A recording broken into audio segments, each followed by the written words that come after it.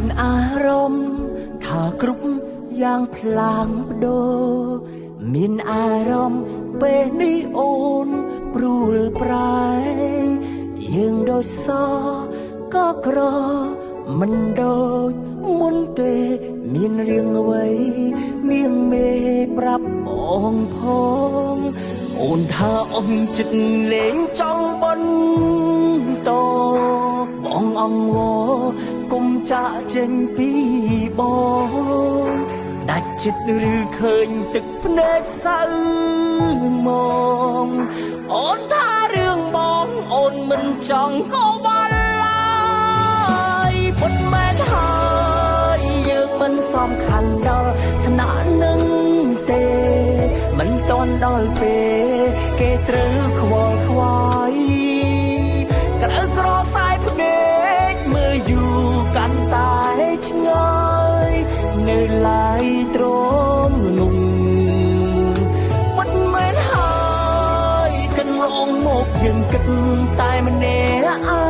ងតែងលងខ្លួនឯងគ្រាន់ជាអារម្មណ៍កំណត់ទឹកភ្នែកបែបនេះទើបសាសមនឹងភាពងងខ្លៅ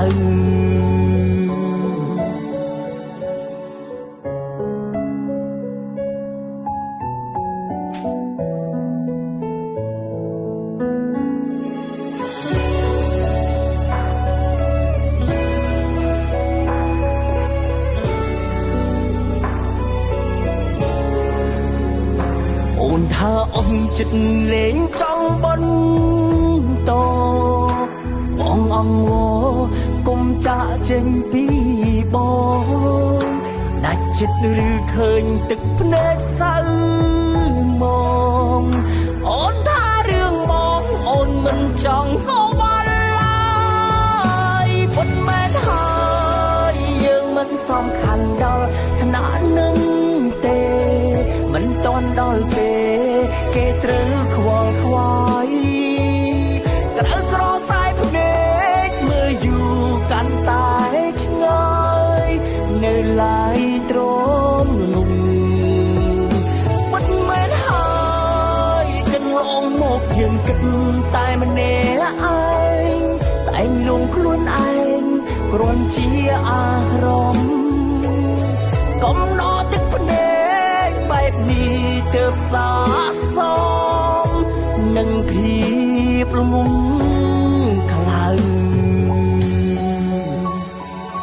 ពុតមែនហើ